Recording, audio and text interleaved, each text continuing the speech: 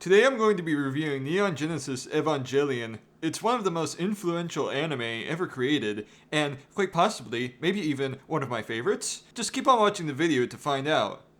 You see, before Eva, in the world of anime, it was just Gundam and big battle robots, and watching old men talk about politics for hour on end, mainly to save on animation budget for the big robot fights. But then, Eva asks the big question, what if, instead of politics, we make you feel? What if, instead of using our setting to be synonymous with the socio-economic state of Japan and the state of war going on in the world, we use the power of soap opera and drama to save on budget?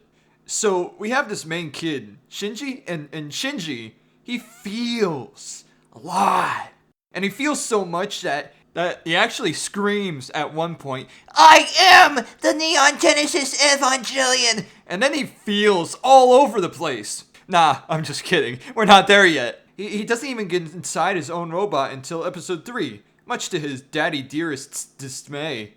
That's a lot of S's. Eventually he mans up and gets in the robot and goes, "Wachow!" on some aliens, which all seem based off of some aspect of the Christian Bible. Then he meets the bitches! Asuka and Rei. These are the two women that have split the internet into waifu debates for centuries. Asuka being the yin, the bad bitch, the one who's, well, she's pretty much Lom. And Rei, the quiet one who's kind of a pioneer of a future generation of anime women within herself. Oh yeah, Rei is the yang, by the way.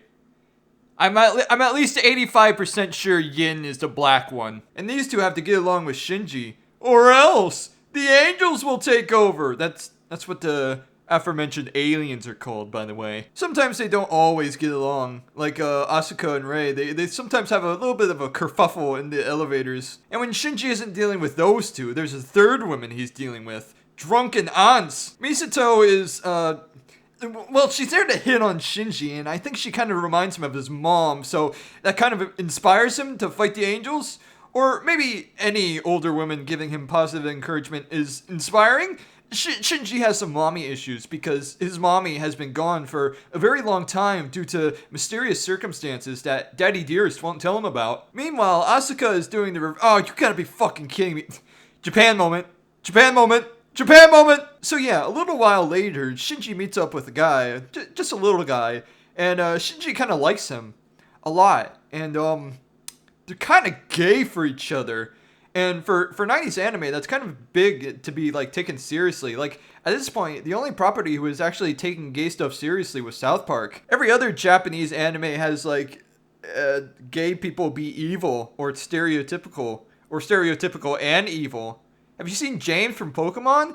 Yeah, he was supposed to be gay and evil. Remember Goemon 64?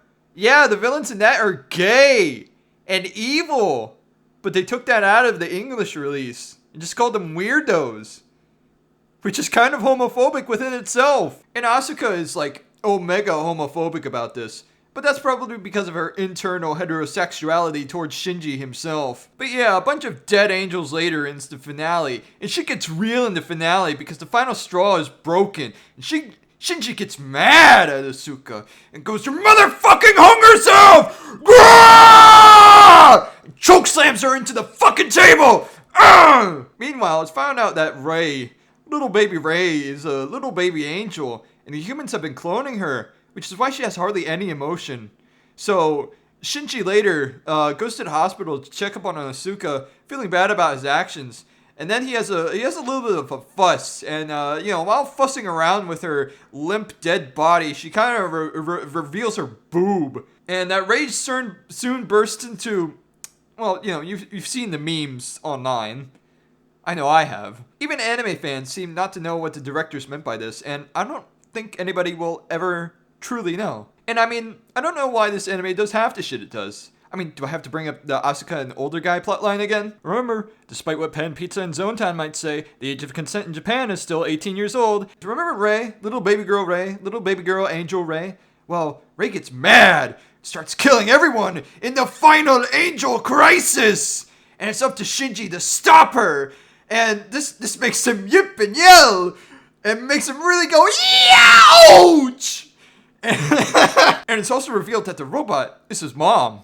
The ending fight takes up so much of the budget that the rest of the anime is drawn in crayon and use stock footage for a sequence that can only be described as avant-garde. Or was that what happens in the movie? I don't know.